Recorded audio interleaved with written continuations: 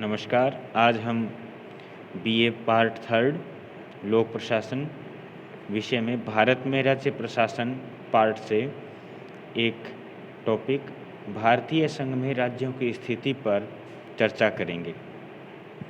भारत के संविधान ने जो संघात्मक व्यवस्था अपनाई है उसमें शासन के 3 स्तर हैं: केंद्रीय प्रशासन, राज्य प्रशासन और स्थानीय प्रशासन।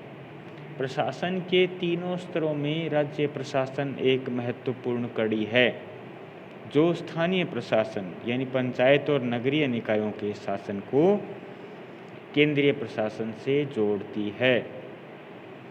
भारतीय राज्य प्रशासन व्यवस्था की जो स्थिति है वो विशिष्ट उदाहरण है।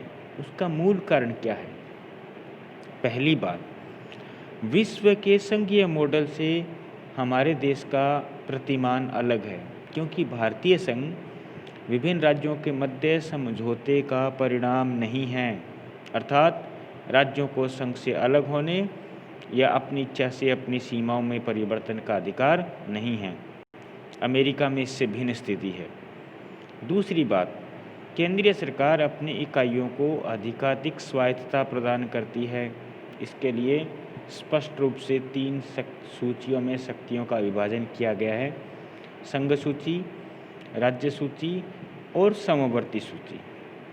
एक तरह से देखें तो भारत के राज्य प्रशासन की विशिष्ट विशेषता है, पहली बात, यह व्यवस्था 1935 के भारत शासन अधिनियम के तहत अस्तित्व में आई थी, लेकिन संविधान में फेडरल शब्द की जगह यूनियन शब्द अर्थात संघीय की जगह संघ शब्द का प्रयोग किया गया है। दूसरी बात, भारतीय संघात्मक व्यवस्था न तो अमेरिका की तरह संघात्मक है, न ही ब्रिटेन की तरह एकात्मक है, बल्कि दोनों का मिश्रण है, जो कनाडा के संविधान से मेल खाती है। भारत में अमेरिका की तरह राज्यों के लिए पृथक संविधान की व्यवस्था नहीं है। भारतीय संविधान के भाग 6 में ही अनुच्छेद 152 से 237 तक राज्यों के बारे में प्रावधान किया गया है।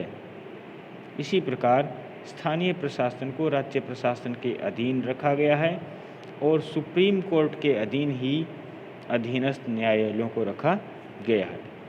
अब इस व्यवस्था को अगर हम देखें तो डॉक्टर अंबेडकर की नज़र में ये व्यवस्था क्या है? डॉक्टर अंबेडकर कहते हैं कि भारतीय संघवाद में केंद्र में केंद्रीय सरकार होगी, राज्य में राज्य सरकार होगी और शासन के दोनों स्तर संविधान द्वारा प्रदत्त दायरे में सर्वोच्च शक्तियों का प्रयोग करेंगे। इस संविधान के तहत केंद्र में संघ होगा और परिधि पर राज्य होंगे। लेकिन के संथानम कहते हैं कि भारतीय संविधान संघात्मक व्यवस्था की तरफ ज़्यादा झुका हुआ है। इसकी संघात्मकता न्यायपालिका द्वारा सुरक्षित है। अमेरिकी विद्वान पॉल एपलबी इसे अत्यधिक संघात्मक मानते हैं। वहीं एलेक्जेंड्रोविच कहते हैं ऐसा संघ जिसमें संप्रभुता शक्ति में केंद्र व राज्य सरकारें साझीदार होती है। लेकिन कुछ विद्वान एकात्मक प्रवृत्ति के समर्थक हैं, जैसे पीटी चाको, केसी वेयर और आइवर जेनिंग्स। पीटी चाको कहते हैं कि संघीय एकात्मक व्यवस्था है जिसमें घटक इकाइयाँ सदैव केंद्र पर आश्रित रहेगी। हम देखते भी हैं वित्तीय मामलों में प्राय राज्य केंद्र पर ही आश्रित होते हैं। इसके अलावा आगे हम जब इनके संबंध पढ़ेंगे, केंद्र राज्य संबंध, इससे ये बातें स्पष्ट होगी। दूसरी बात, केसी वेयर कहते हैं कि एकात्मकता के लक्षण इसमें अधिक हैं और संघात्मकता के लक्षण गौण रूप में पाए जाते हैं। वहीं आइवर जेनिंग्स कहते हैं कि इसमें केंद्रीकरण की तीव्र प्रवृत्ति पाई जाती है। 1967 तक, जब तक एक दलीय सरकारें अर्थात केंद्र में और राज्य में दोनों जगह एक ही दल की सरकारें थी, तो स्थिति सामान्य चलती रही, इक्का दुक्का कोई घटनाओं को छोड़कर।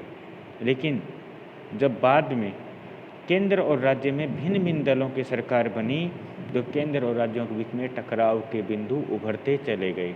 अनेक ऐसे बिंदु हैं जिनके ऊपर केंद्र और राज्यों में आज भी हम टकराव देखते हैं।